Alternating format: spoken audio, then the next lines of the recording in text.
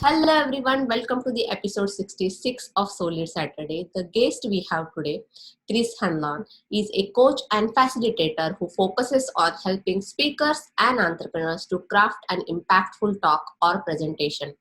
Chris began learning his coaching as a martial arts instructor, running a Kyokushin Karate Dojo in Wellington, New Zealand.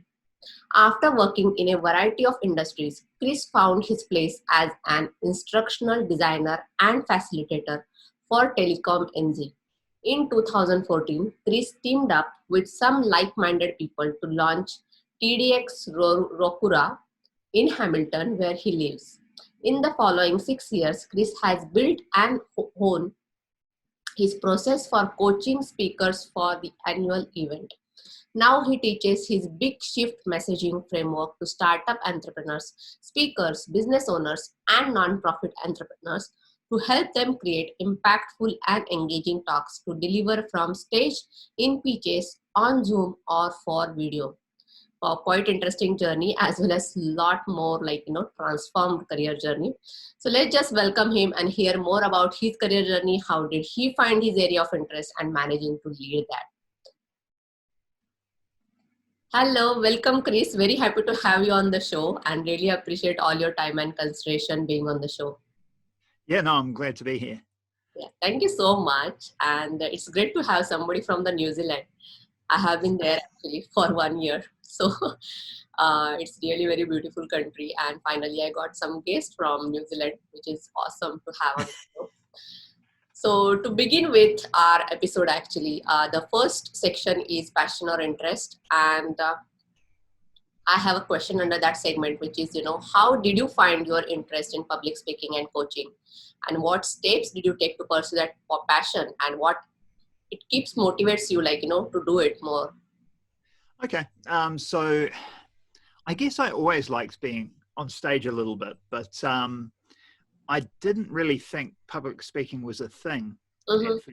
When I was 16, I got into Kyokushin Karate, like martial art. And so what I did there was you end up teaching. As you get better at it, you end up in front of the class teaching, that sort of thing. And got my black belt, and I ended up running a club. And that was training all the time. Mm-hmm. And I never really thought of it so much about coaching and training, but that's what it was. And you go in and all these adults would be looking at you and you're telling them what to do and you're just taking charge of the situation. If anything goes wrong, you sort of deal with it and make it look all right again. And so I got quite used to that. Later on, I tried Toastmasters, mainly because I just moved from one city to another. And I wanted to meet people, and I'd heard Toastmasters was a good thing. So I went and did that. It was fun. And the actual passion for coaching speakers, which is what I do now, sort of still took me by surprise. I volunteered to help the local TEDx. We started putting it together, TEDxRuakura here in Hamilton, New Zealand. And when we first got in, there was half a dozen of us, and we didn't know what we're doing. I mean, it's something new. And so all of us was doing a bit of everything. And we had 6 speakers for that first event. And there were 6 of us. So we went, we'll coach a speaker each.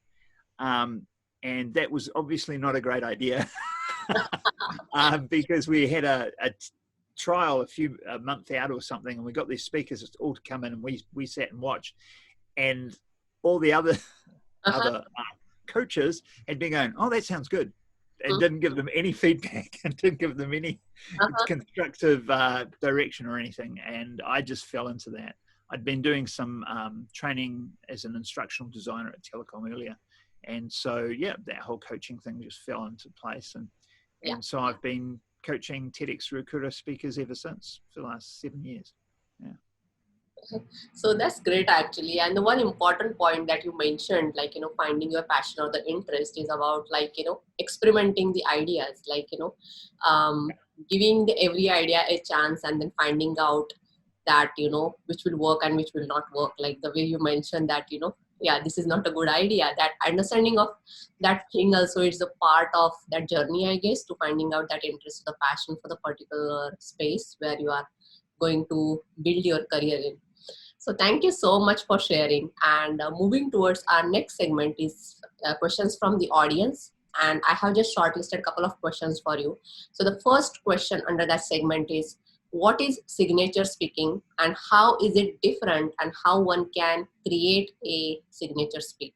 How it is different from the public speaking, I guess, because Okay, it's yeah. not the speaking that's a signature thing, it's the talk. So for a lot of the TEDx people, not all of them, but for a lot of TEDx speakers, that is their signature talk. They're talking about the thing that they're passionate about. Uh-huh. So Vaishali, if you were going to create a signature talk for you, it would be something that you could get in front of virtually any audience and tell them, give that talk.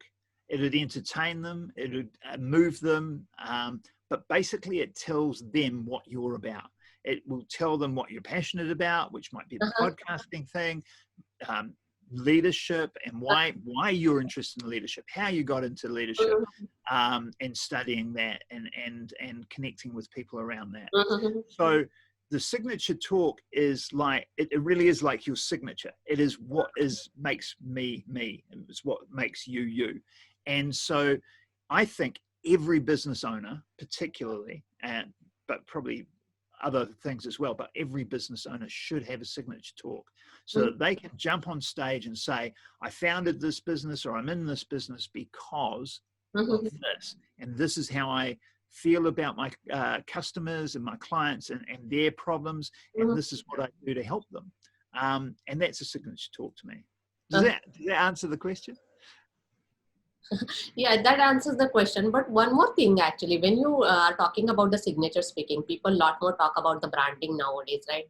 Everybody is either focusing on their personal branding or the professional branding.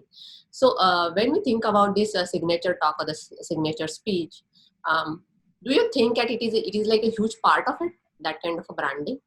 Oh yeah, absolutely. I mean, if you've got a hammer, everything looks like a nail, right?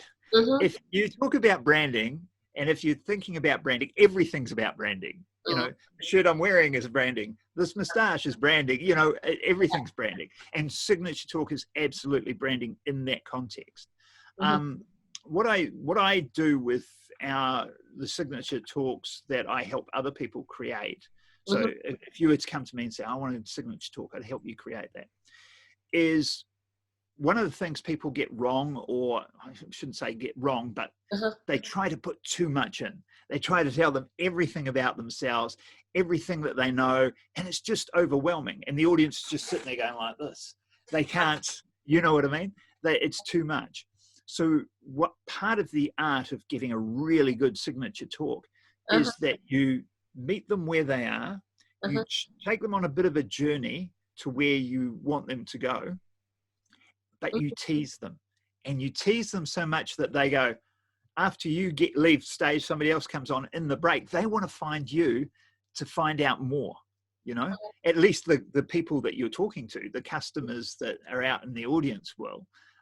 So if you're, you know, your target audience is women over 60, then they're going to come and try and find you, not necessarily the other people. But yeah, that's what it's all about. So the tease is a big part of creating a signature talk that creates that intrigue and gets people to chase you. Because if you're looking for lead flow or deals or whatever, deal flow, what you want, the ideal is for people to be chasing you. You don't want to be chasing other people, right? As a business owner, you want them to be chasing you.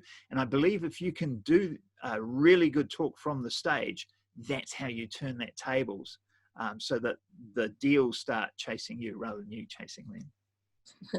Yes. And I completely agree on that part. The way you are saying, it is a lot more like, you know, people should like you, that kind of like whatever thought or the whatever values you stand for, it is more or like connecting to your audience.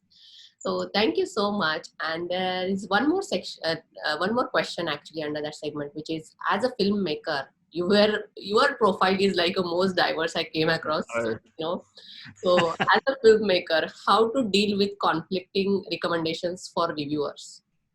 So when you say conflicting recommendations, you mean like critique, like getting criticism? Yeah.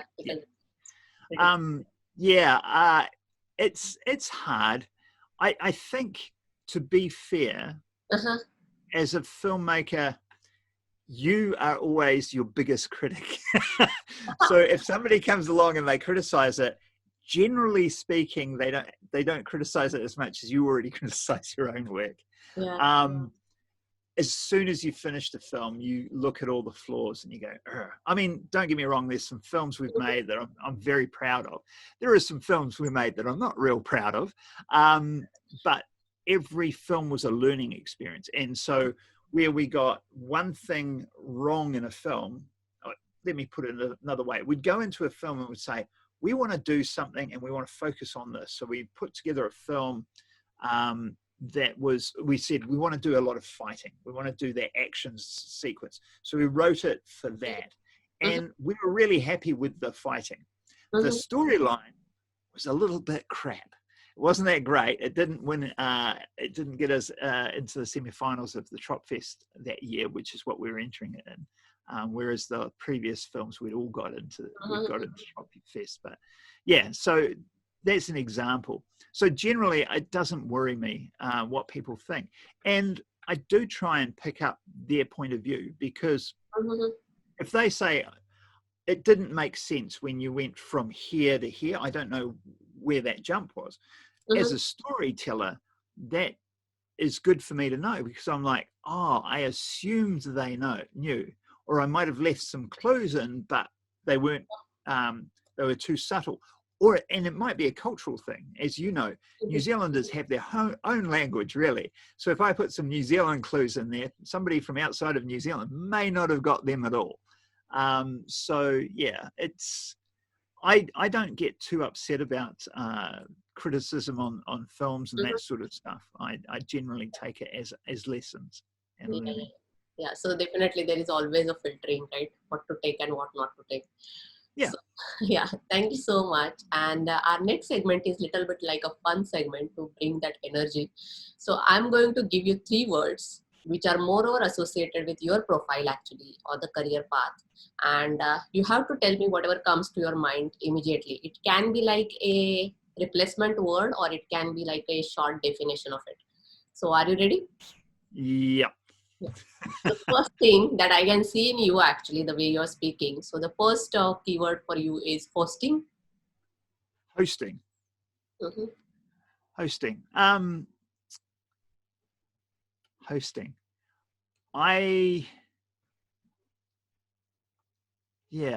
Hosting for me is really the idea of hosting is really about making people feel comfortable where they're at. And it's an interesting thing to do, because often when you're hosting someone, like if you're hosting on stage or something like that, they are uncomfortable, and you need to bring that comfort for them. And it's a skill set in itself. And I feel quite comfortable wherever I am. I just walking around in a nice bubble of comfort. So generally I can help people out feeling more comfortable in all sorts of situations. So yeah. Okay, that's a good one. And then second word is filming. So filming is such a short word, and when you're actually in there, there's so much going on. I often say that actually making films is the biggest team sport out of sports. You know, outside of sports, it's the most team sport, because there's so many people doing so many different things at the same time. And if one of them gets it wrong, the whole thing doesn't come across very well. So yeah, filming's important. Yeah, and the third word is talking, actually, that we are doing already. And it's going great. But yeah, what do you think about when it comes to the talking? Talking. You have to really be able to listen to be able to talk. Too many people, and it was something I had to learn over years when I was younger. Hopefully I've got it good now, but I would talk way too much and listen way too little. Now I'm a bit better at that, but it's definitely something people have to work on, is to really think about the listening that they do. Mm-hmm. So you can really converse. Because a lot of times, and you know this, when somebody's saying something, you're thinking about what you're going to say next, and you've got to sort of let that go and really listen to what they're saying. Mm-hmm. Yeah, and that's a skill, and it's a skill that can be learned, but it does take a bit of practice. Yes. Thank you so much. And you really told like elaborative definitions actually for that one, which is like quite useful for the audience to understand the terms, at least to begin with, whenever they are thinking about anything. It starts with understanding of and exploring that particular area. So moving towards our next segment is about exploring your career, work, and volunteering. So under that segment, actually, when I came across your profile, I was completely like, seeing into it, like, it got transformed a lot. And I think that is something kind of a learning from your career journey is that, how do you look into that particular career path when you look into your career journey, and what made you to transform your career along the way? So I guess the key thing is I wouldn't have looked at it as a career path. Mm-hmm. I would have to say I don't plan my life that well in terms of I'll go with the flow. I have an idea of where I want to go, and I definitely have some value ideas of where I don't want to go. And so, but what I really enjoy are new experiences and new challenges. Mm-hmm. So that's why I've done so many different things. The whole filming thing, one guy said to me one day, I'm going to a film club thing after work. You want to come along? And I was like, oh, okay. And I thought he meant watching films, but they're making films. Uh-huh. And I turned up and went, oh, this is interesting. Mm-hmm. And yeah, somebody said, how, if you were to crash a car and we wanted to film it, how would you do that? And I gave them an idea of how I'd do that. And they said, oh, do you want to come and help with this film? So, and that's how it started.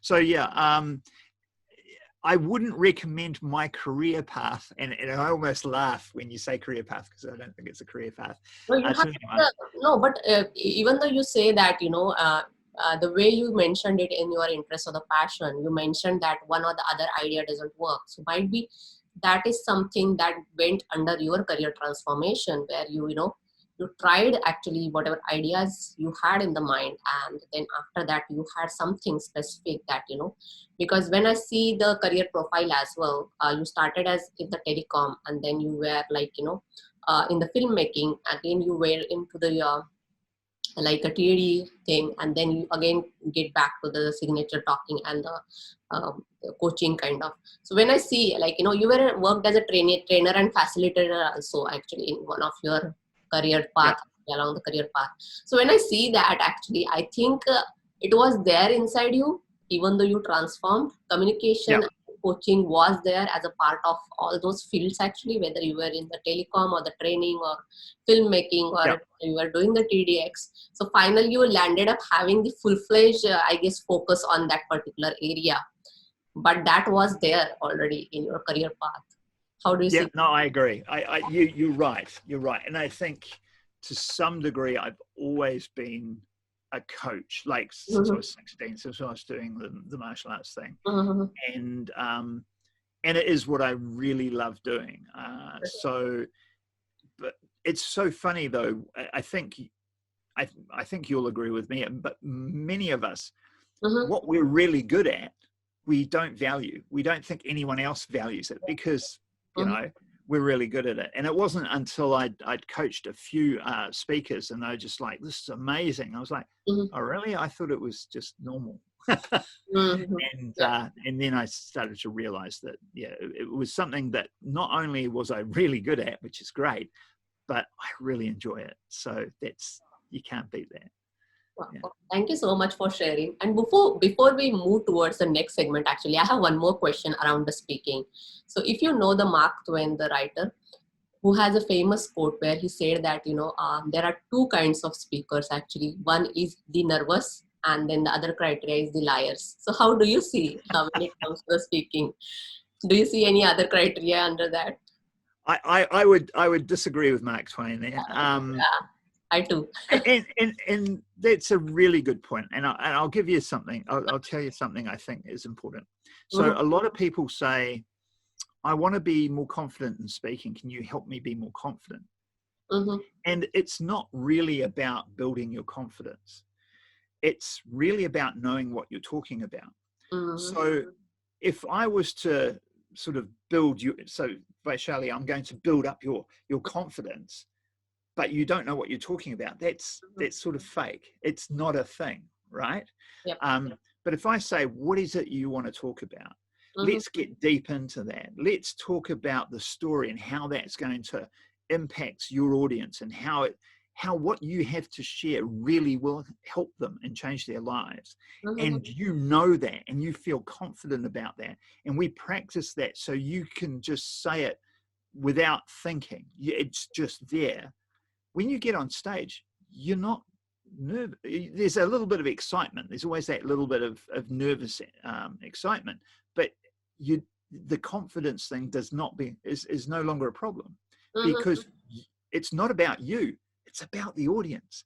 And so if you're giving it for them and you're there for them, you've got nothing to be worried about. Yeah. Yep. Thank you so much for sharing. And the next segment is about tips and advice. Though we have covered a lot of things, actually, how it goes when it comes to finding your passion or the interest, and getting into that point where you feel that, okay, this is my passion and I want to look this field as my long-term career option. So there are a lot of outside, like, students and the professionals who are there in early career stage, who are looking to get into their passion or the interest. So what kind of advice would you like to give to the people who are looking this as their area of interest and want to grow in this particular area where it is, comes to talking and coaching? Okay, so if I want to help somebody who wants to do a talk, is that who you're meaning? If what you need to do first of all is work out what it is that you've got to offer and what that will do for somebody. So I've developed this framework. I call it the Big Shift Messaging Framework. And it just means you want to talk to an audience, you want to make a big shift in their mindset or their understanding or whatever it is. And the messaging is how you do that. And so I'll give you a real quick brief rundown. Is the first thing you want to do is you've got to figure out where your audience is right now. So they're here to start with. They might have preconceptions. They might think things are this way, even though you know they're not because you're an expert, but that's what people believe. And then you want, at the end of the talk, you want to get them to here. And you've got to define where they are now. So you've got to do a bit of a brainstorm, write it out. Where are they now? Then you write down, this is where I want them to be at the end of my talk. If it's a 2-minute talk or a 10-minute talk or an hour talk, whatever it is, this is where I want them to be. And so you write that.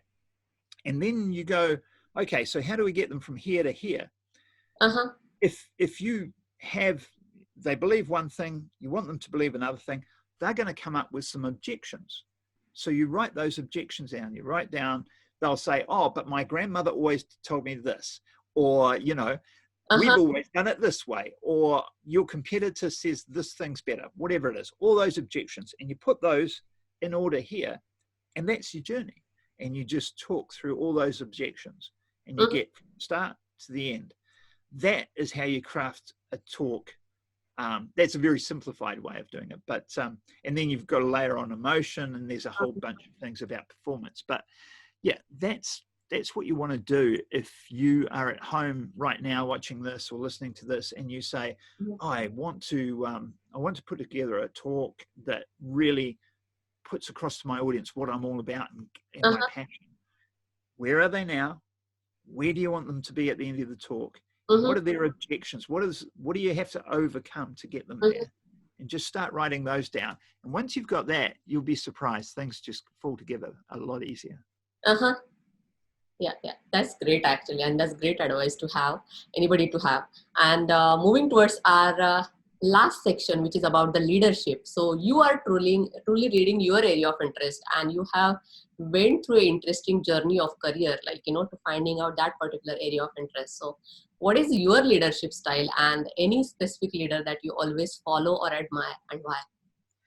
Right. So my leadership style is very direct. If I'm coaching people, we have a good chat beforehand, because I'm quite a taskmaster coach, right? I wouldn't say I'm really harsh. I've mellowed a bit, but I don't shy away from telling you if I think that's not good enough. I will say that's not good enough. You've got to do better, or you don't want to do it that way. I do know how to teach well, so I'm not going to be like hassling you if you don't know anything, because I'll have to teach you, right? So it's not like that. But from a leadership style, it's much more I set a standard, and I believe, and leaders that I follow would be leaders that they would never expect anyone below them to do something they wouldn't do themselves. So even when I have been managing teams in the past, and there's a dirty job nobody wants to do, I'll do it the first time. Then I'll give it to somebody else next time, but they can't complain because they know I did it. So you know what I mean? Yes. And so that's sort of like the leader I suppose I admire the most in that sort of realm would be Richard Branson, probably. That sort of thing. So he's very hands-on, and he listens to people, and he's very direct, and he's very, yep, this is what we want to get done. So yeah. How about the New Zealand Prime Minister? She's great. I think she's great. Not everybody here thinks she is, but I think most people do. And the interesting thing is that her degree and her qualifications are all about communication. Right? So the opposition in the election that we had recently, the opposition leader, she had qualifications degrees in, I think it was economics and business, I think. Something like that anyway. And she was very highly qualified, but she couldn't communicate as well as Jacinda.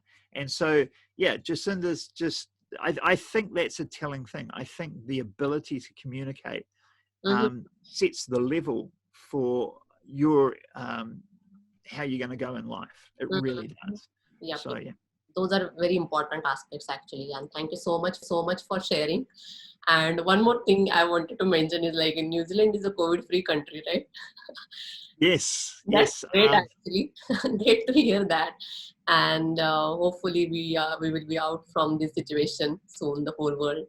So thank you so much. Really appreciate all your time and consideration being on the show, and like being impromptu actually, with a lot of questions and coming up with the answers. So thank you so much, and hope, once it is out, you will enjoy it as well. Absolutely. I'll be sharing it around. So much. Thank you, Chris. Yeah. Okay. Thanks, Vishali. Take care. And as per our new tradition, before we end this episode, I'm going to have a closure quote which says, "Develop a passion for learning. If you do, you will never cease to grow," by Anthony D'Angelo. So on that quote, we are closing this episode, and see you guys in the next episode. Until we meet, happy leading. Let's live together. Stay safe. Bye for now.